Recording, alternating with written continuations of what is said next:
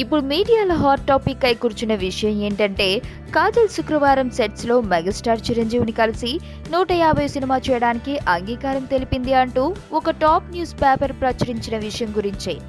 అసలు ఈ సినిమా కోసం కాజల్ ను అప్రోచ్ కాలేదు అంటూ న్యూస్లు వస్తున్న తరుణంలో ఈ న్యూస్ ఏంటి బాబోయ్ అనే పంచు తగులుతోంది. మరి అసలు శుక్రవారం మెగాస్టార్ చిరంజీవి హైదరాబాద్ లో లేరు. ఆయన పార్లమెంటులో ఎంపీ కేవీపీ పెట్టిన ఒక ప్రైవేటు బిల్లుపై ఓటింగ్ కోసం పట్టుబట్టేందుకు ఢిల్లీ వెళ్లారు. సభ సోమవారానికి వాయిదా పడటంతో చిరు తదుపరి వారం కూడా అక్కడే ఉండాల్సి వచ్చేలా ఉంది.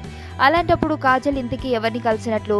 కాకపోతే ఒక నిజం ఏంటంటే ఎవరైనా టాప్ హీరో తనకు సినిమాలో ఆఫర్ ఇస్తే మాత్రం వెంటనే లొకేషన్ కు వెళ్లి వారిని కలవడం కాజల్ కు అలవాటే.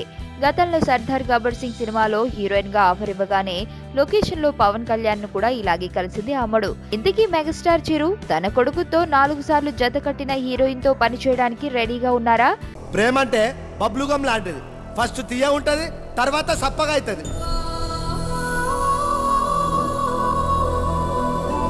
నువ్వు ఒక్క మాట అడిగి చూడు, నీకోసం హీరో ఏంటి నిజంగా టెర్రరిస్ట్ కూడా అయిపోతా. అదే దోస్తాననుకో చాక్లెట్ లెక్క తిన్నంతసేపు తీయ ఉంటది.